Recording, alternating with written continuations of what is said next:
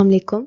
In today's lecture, we are going to discuss an important class of the gnatostomes, that is class Aves. gnatostomes की जो class Aves है ना, basically ये birds के लिए use होती है। तो बर्ड्स का हमें पता है कि वो स्ट्रीमलाइंड होते हैं और बोट शेप्ड होते हैं। It is divisible into head, trunk, neck and a tail. Head में, ट्रंक में, नेक में और टेल में डिविजिबल है। Neck is very long and tail is very short. Neck बहुत लंबी होती है और टेल बहुत स्मॉल है। Jaws extend into a horny beak, एक हॉर्न की तरह की बीक बना लेते हैं जॉज एक्सटेंड होके। There are two pair of pentadactyl limbs, दो पेयर्स हैं पेंटाडेक्टाइल लिम्स के, the fore limbs and the hind limbs. जो फोर लिम्स हैं they are modified to form wings and help in flying, whereas the hind limbs are large, strong, and used for perching, walking, or swimming. जो skin होती है ना birds की, it is covered by an epidermal horny exoskeleton of feathers all over the body. पूरी body के ऊपर एक exoskeleton है, किसका? फेदर्स का। Skeleton is light due to air spaces, skeleton बहुत हल्का होता है एयर स्पेसेस की वजह से। Heart is four chambered having two atria and two ventricles. Heart के चार chambers होते हैं, दो atria बनाते हैं और दो ventricles बनाते हैं। Voice box, the syrinx lies at the trachea and bronchi. Junction of trachea और bronchi पे हमारे पास voice box present है।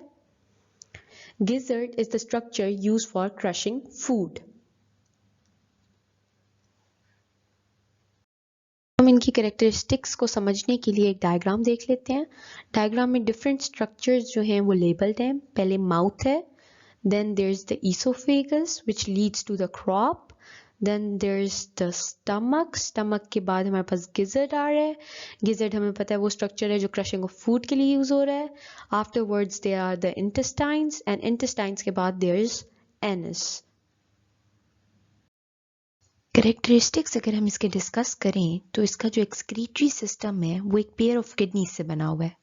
The ureter open into the cloaca and the urinary bladder is absent. Ureter cloaca में open करता है और urinary bladder इसमें present नहीं है। The urine is semi solid and uric acid is the main nitrogenous waste. Urine semi solid होती है और main nitrogenous waste is uric acid. Sexes are separate and fertilisation is internal. Eggs are large with much yolk, egg इसके बहुत बड़े होंगे और उनमें योग का कंटेंट भी बहुत ज्यादा होगा। Only one ovary and one oviduct is functional, एक ओवरी और एक ओविडक्ट फंक्शनल होती है। नेक्स्ट हम डिस्कस करते हैं कि रनिंग बर्ड्स क्या होते हैं। वो birds which are unable to fly are called as the running birds. The birds that have secondarily lost the power of flight are the running birds. इसकी एग्जांपल्स में क्या आएगा? ऑस्ट्रिच आएगा और इसकी एग्जांपल है kiwi.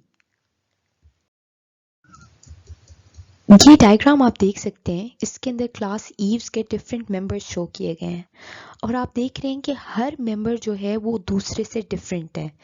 In terms of colour different है, इनकी बीक्स डिफरेंट है, इनकी पाँव की पोजीशन डिफरेंट है, इनके क्लॉज डिफरेंट हैं। तो क्लास ईव जो है वो बहुत डाइवर्स है, उसमें बहुत ज्यादा वैरायटी है। It's time to discuss the practice question. The statement of the practice question is, which organ in birds is responsible for maintaining a fresh supply of air through lungs? Option A is gizzard, option B is viscera, option C is urinary bladder, and option D is cloaca.